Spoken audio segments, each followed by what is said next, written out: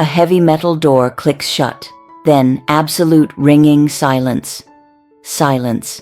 It is the loudest sound in the world. The sound of a front door clicking shut, leaving you entirely alone. I am sitting in my armchair by the window. The afternoon sun is warm on my hands. My skin, it looks like old crushed paper now. In my lap, I'm holding Robert's old pocket watch. The glass is cracked. The hands are rusted to the face.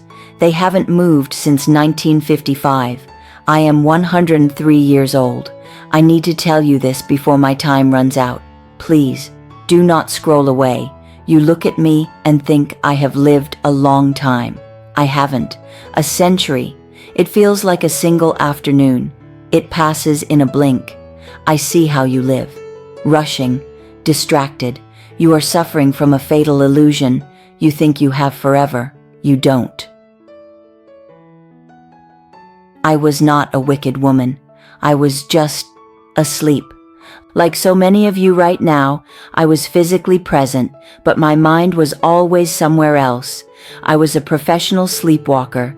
I worshipped a false god, the god of tomorrow. I believed that comforting lie, the lie that says, I just need to get through this busy week and then I will have time to sit with my husband. Then I will have time to play with my son. I treated the present moment, the only thing I actually possessed, as an obstacle I had to rush through. I remember the Tuesday nights. The kitchen was always so loud in my head, a checklist of chores that never ended. Robert would come home from the steel mill, his clothes smelling of heavy smoke and tired sweat. He would sit at the kitchen table and try to tell me about his day. Do you know what I did? I stood with my back to him, washing dishes. I sighed. I tapped my foot. I just wanted him to stop talking so I could finish cleaning. I treated the love of my life like an interruption. Little William would tug at my apron. He had a drawing of a dog. Mama, look. I didn't even turn my head. Later, Billy.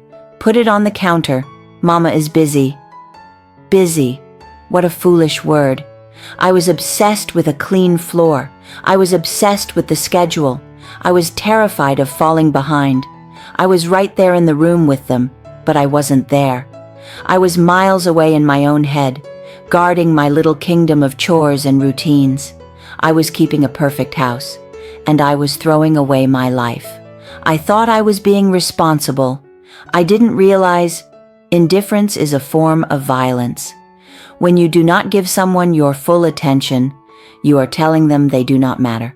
We always think we have time to make it up to them, until the clock stops. My thumb keeps catching on the crack in this glass. The hands on this watch froze at exactly 10:14 a.m., October 14th, 1955. It was just a Friday, nothing grand, no dramatic music, just a cold autumn morning. Robert put on his heavy boots. The porch screen door slammed. He walked out to the truck for his shift at the mill. He left a half-drunk cup of coffee on the kitchen counter. I poured it down the sink immediately. I hated clutter. 4 hours later, the foreman knocked on my door. His hard hat was in his hands. An accident near the blast furnace. Just like that. The future I was saving up for was erased. I was 33 years old. I stood in my perfectly clean, quiet kitchen, and I realized I had traded my husband for a clean floor. I was right, and I was alone. You think that would be enough, wouldn't you? You think a shock like that would wake me up forever. It did, for a few years. But humans, we are tragic creatures.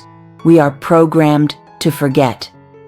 The grief softened, the bills piled up, and slowly the noise returned. I slipped right back into the rat race. I raised William, but I went back to sleep. I went back to worrying about next month. I started looking past my son just like I had looked past his father. Complacency is a disease.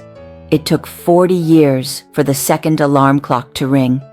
William, my little Billy, he was only 45. He was supposed to outlive me. Then the doctor said the word cancer, and the bottom fell out of the world. I sat by his hospice bed. The room smelled of antiseptic and dying flowers. He was so thin, he couldn't speak anymore. He just breathed, this rattling, heavy breath. And as I held his cold hand, all I could see was that kitchen 40 years ago. Little Billy holding up that drawing of the dog. "Later, Billy. Mama is busy." There was no later. I had been given the ultimate warning in 1955, and I had wasted it. I had been given the gift of time, and I spent it worrying about things that never happened. That is the true horror. Not that life is short, but that we forget it is short. We get arrogant. We think we are the exception. I buried my son, and in that graveyard, standing over 2 headstones, the noise finally stopped. The sleepwalker died. I finally woke up. Look at this dust floating in the sunbeam. It is beautiful, isn't it? Just floating.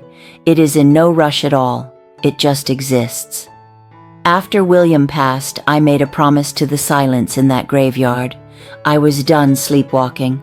I was done living for a tomorrow that never arrives. I practiced a new way of living. I call it remember and return. It is not magic. I am human. My mind still tries to wander. It still tries to worry about the grocery list or an old regret. But now, I catch it. Every time I feel that old impatience creeping in, that urge to check the clock or fold the laundry while someone is speaking to me, I stop.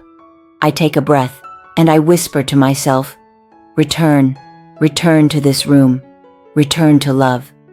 And oh, the light on the other side of that shift. It is so warm. I started to live for the small, invisible moments, the things I used to call boring or chores, like Saturday mornings. My great-grandson, little Tommy, William's boy, comes over and we make pancakes. 50 years ago, I would have rushed through it. I would have been irritated by the mess. Not anymore. Now, I let the butter melt slowly in the iron pan. I listen to the sizzle. I breathe in the smell of sweet vanilla and warm flour. It smells like grace. When Tommy drops a giant spoonful of batter onto the floor, I don't sigh. I don't care about the clean floor. Floors can be washed. I look at the flour on his little nose. I look into his bright, living eyes. I am fully, completely there. And I tell you the absolute truth. There is no promotion, no bank account, no grand achievement in the history of this world that feels as good as just watching a child smile at you over a stack of pancakes. That is the whole universe right there. I learned how to just sit. Can you do that? Can you just sit with your hands in your lap, without looking at a screen, without planning the next hour, and do absolutely nothing? In the summers, I sit on my back porch during the afternoon rainstorms. I wrap a shawl around my shoulders.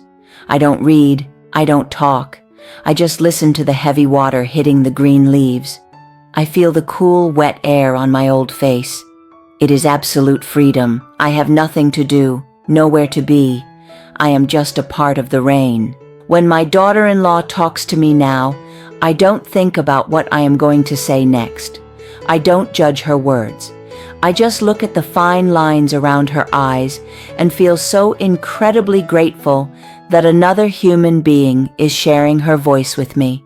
I let her be right, even when we disagree, because being right doesn't keep you warm at night. Connection does. Attention does. Paying attention is the highest form of love. I am 103 years old. I have outlived almost everyone I ever knew. My body aches. I don't have much money. I am sitting in a quiet room with nothing but an old broken watch. But I am a victor. I have never been richer. I have never been happier. The frantic noise in my head is gone. The anxiety about the future is dead. Why? Because the future does not exist. There is only this breath, and then the next one. Every Sunday, the family comes to visit, and when they leave, I sit right here in this armchair by the window. I watch them walk down the driveway to the car. Tommy always turns around by the mailbox and waves at the window. Decades ago, I would have already been back in the kitchen, washing their cups, planning Monday. But now I sit perfectly still. I watch his little hand wave. I wave back. I watch the red taillights of their car disappear down the road. I absorb every single second of it until the driveway is empty. It is so quiet in this room now, but it isn't a lonely quiet anymore. It is a full quiet, a peaceful quiet. I beat the clock. I didn't get more time, but I made the time I had infinitely wider. I stopped running. I woke up. I am finally alive. I am putting Robert's watch away now. The sun is setting. My time for talking is done, but yours is just beginning. I am looking right at you. You, holding this glowing screen, rushing to the next video, the next task, the next distraction. Stop. You do not need to bury a child to wake up. You do not need to wait until you are 103 years old to realize that your career, your stress, your pride, it is all trash. You are living a lie. You are acting as if you are immortal. Later never comes. The only thing you actually possess is this exact second, right now. I cannot go back to 1955. I cannot fix my life, but I can help you fix yours. Drop your phone. Walk into the other room. Look at the people you love while they are still breathing. Do not just glance at them. Look at them. Call your mother. Put your hands in the dishwater and feel the warmth. Forgive the grudge. Wake up before the driveway is empty forever. And I know you are exhausted. I look at your world today and my heart aches for you. I know how heavy the noise feels. You are carrying so much, trying to keep everything perfect, running yourself ragged just to keep the plates spinning. I know the paralyzing fear that if you slow down, everything will collapse. I lived in that exact fear. I spent decades believing the great lie, that success means finishing the to-do list, that busyness is a badge of honor, and that tomorrow is promised. I thought if the house was spotless and the routine was maintained, I was a good wife, a good mother. But I was wrong. I was so terribly wrong. When you reach my age, the illusion shatters. Grand achievements turn to dust. The only things that survive the fire of time are the unglamorous, invisible moments I so often ignored. I traded my husband's stories for a clean floor. I traded my son's childhood for a quiet house. I treated the present moment like a waiting room for a future that never arrived. Please, do not make my mistake. Regret is a cold bedfellow, and the silence it leaves behind is deafening. You don't need to change your whole life today. Just do this one thing for an old woman. Tonight, when someone you love walks into the room, stop what you are doing, put the screen down, turn away from the sink, look at their face, notice the sound of their breathing. Let the mess exist around you and just be grateful they are there to make it. The chores will always wait for you. The people you love will not. You do not need to bury a child to wake up.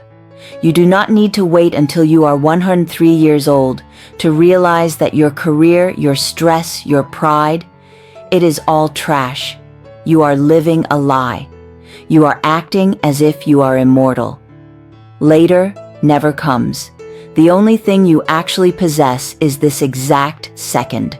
Right now, I cannot go back to 1955. I cannot fix my life. But I can help you fix yours. Drop your phone, walk into the other room, look at the people you love while they are still breathing. Do not just glance at them, look at them, call your mother, put your hands in the dishwater and feel the warmth. Forgive the grudge. Wake up before the driveway is empty forever.